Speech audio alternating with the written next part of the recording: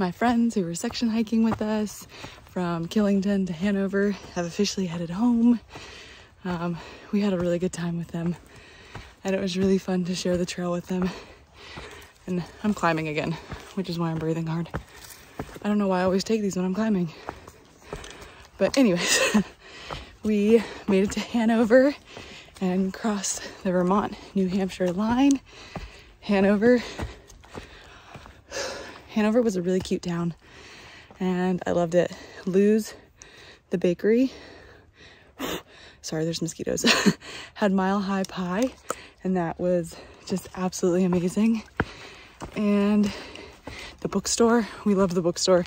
We hung out, so we did 14 miles into Hanover because my friends had at that point gotten off trail because they were hurting. And so we met them in town. We had dinner with them, and then one headed back home, my friend Mark. And then we stayed the night in Hanover. And then my friend Ren and Barbie and I had breakfast.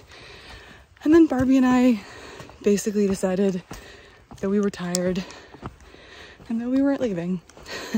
So Ren headed home to make the long drive back, and we headed to the bookstore. And we basically spent most of the day there. And we also saw the Barbie movie and reunited with some trail friends that we were hoping would catch us because we had sped ahead to meet up with my friends. So anyways, Hanover was awesome.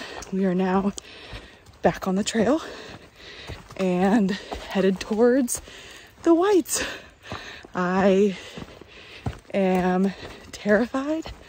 I think because of all the fear mongering that goes with the Whites, but I'm also super, there's sweat dripping down my face. I'm super excited because I think that the terrain in the Whites will be like unlike anything I've ever seen. So I'm super excited to hike them, and we will hit Moosilauke. Well, depending on how we even out the miles, we'll hit Moosilauke either tomorrow or Wednesday. So yeah, we are getting closer to being done with this thing, which is wild and crazy, and you know, we're just taking in every day, the good and the bad. So I'm not really sure what this marker means. I think maybe 412 miles left, maybe 412 in. I think we have a little bit more than that. We're getting closer, but it's still cool. The random mileage. Question solved. We think it was from when the mileage was shorter. It's a cool plaque, but it's wrong now.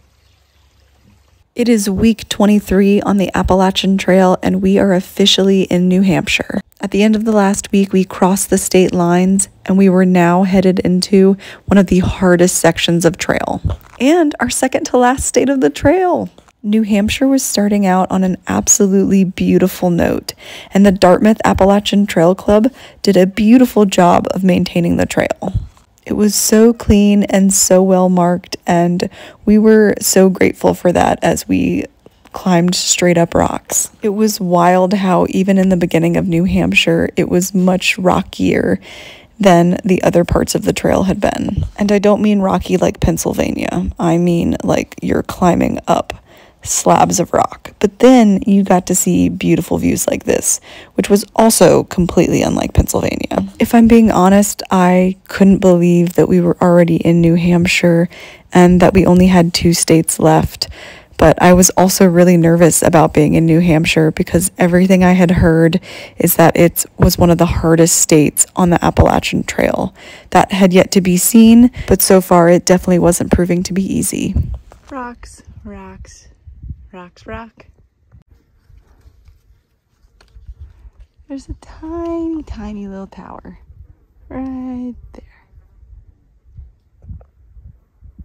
I'm pretty sure that's where we're going.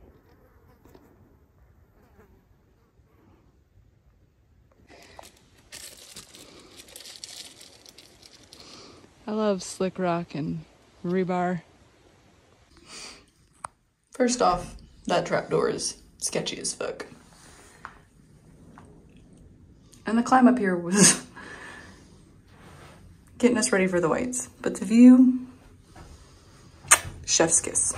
The climb up Smarts Mountain was a bit rough, and then the climb up the stairs to the Smarts Mountain Fire Tower was a little bit iffy, but the view up here was absolutely stunning, and we felt so lucky to be here on a crystal clear day where we could see for miles and miles around. We had gotten really lucky lately on views with fire towers, and for that I was so grateful, because we could have just as easily been up here in the fog or in a cloud. And yeah, I mean, how can you not be excited about not being up here in one? Because just look at this panoramic view. My goodness, New Hampshire was gracing us with some beautiful views as we got closer and closer to Mount Cube. There were all these little outcroppings of rock where we could just step out and see the most spectacular mountain views.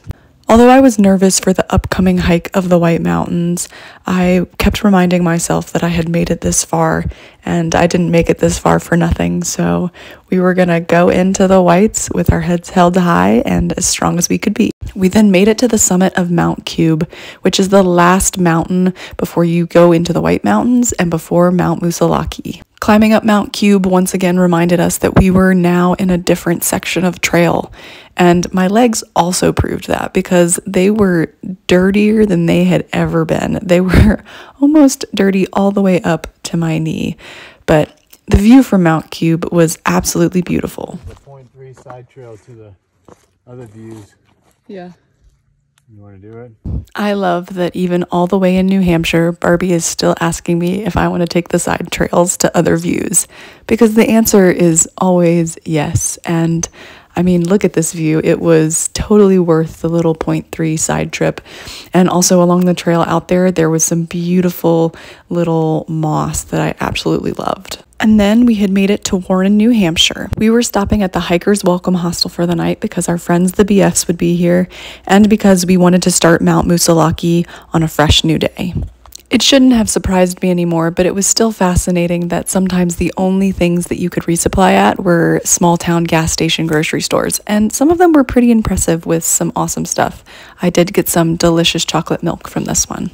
It was then all too soon when we were leaving the Hikers Welcome Hostel and headed towards Moosilauke. Made it to 1800! Less than 400 miles to go! And now we officially start the Whites and we start climbing up Moosilauke. This is gonna be fun.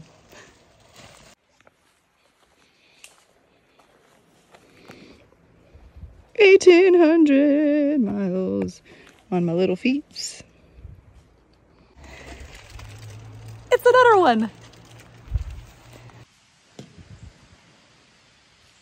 Moosilauke, here we come. I was very nervous about this climb, but I was trusting that my legs that had carried me 1,800 miles were going to carry me up this mountain.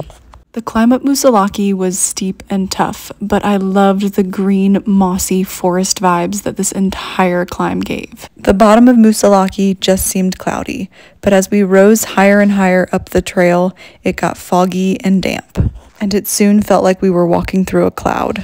And the higher we got, the windier it got, even with the trees.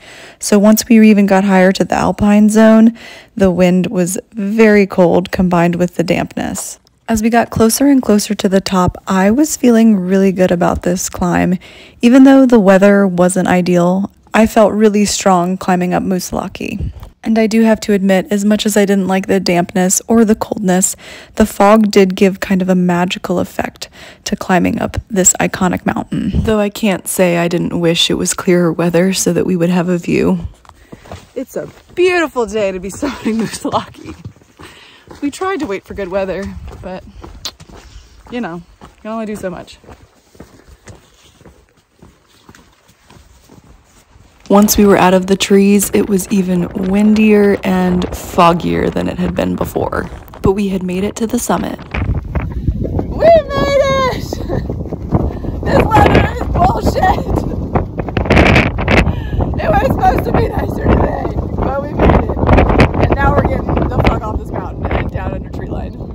At the summit of Mount Musalaki, I was feeling very confident and very good about myself and what I had accomplished, and that was very quickly humbled by the descent down Musalaki. It was wet, it was steep, the trail was poorly marked, and quite honestly, it was poorly maintained, and I basically cried the entire 4 miles down because of how treacherous and scary it was when it was wet.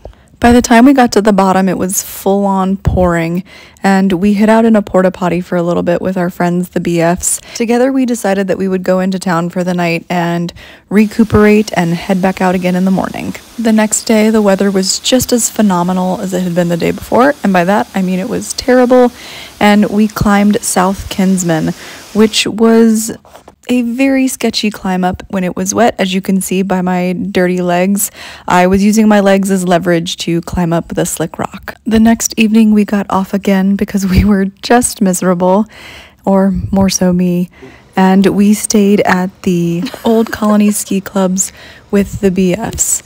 And this was one of my favorite hostels of the entire trail. They were so nice to us, and I was so grateful considering I was having such a tough time. The next morning we got up, I went to the adorable little Woodstock Pie Company for some delicious pie, and then we headed back to the trail with every intention to hike up to the Franconia Ridgeline and Mount Lafayette. But when we got to the trailhead, the weather had gotten worse and it was spitting nasty cold rain again. And I just looked at Barbie and was like, I cannot do this again today. I cannot have crappy weather. And with heavy hearts, we called Old Ski Colony to pick us back up. Mentally, I couldn't do Franconia, something I'd been dreaming of for 6 years, in the rain.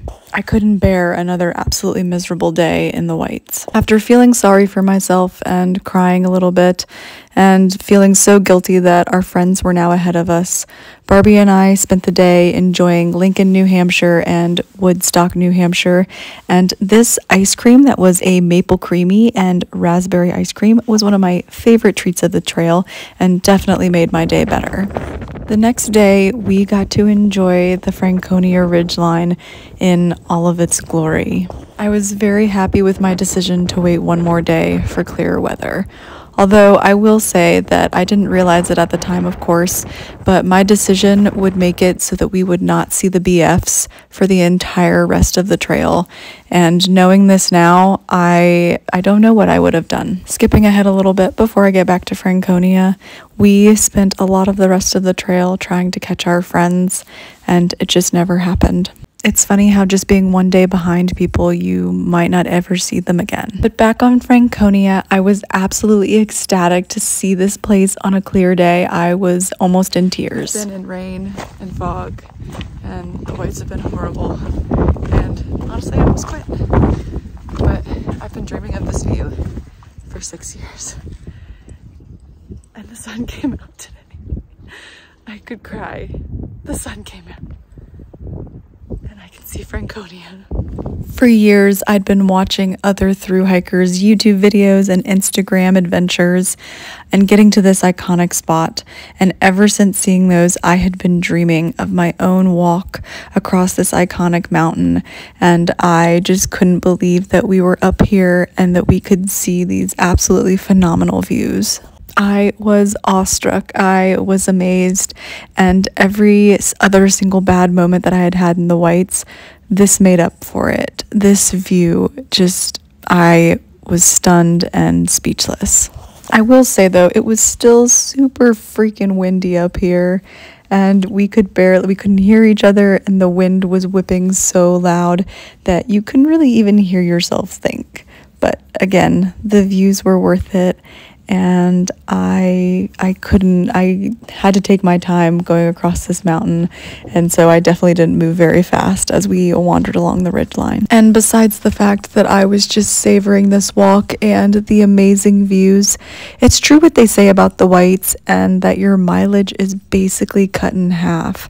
We were doing 20 plus miles a day before we got to the whites, and then once we entered the whites, we were doing 8, 10, 12 if we were lucky. But the terrain is just a completely different beast out here. Instead of switchbacks, you're basically rock climbing up mountains with 30 pounds on your back. And that was a completely new experience for me being from North Carolina.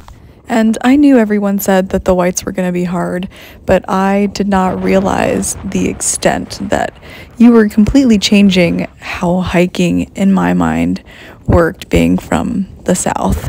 And I know some people won't agree with me, but the fact that I am only about 5'2" made some of the climbs even harder. I couldn't get my legs up high enough. Sometimes I couldn't reach, and that made it incredibly difficult to climb up some of those mountains.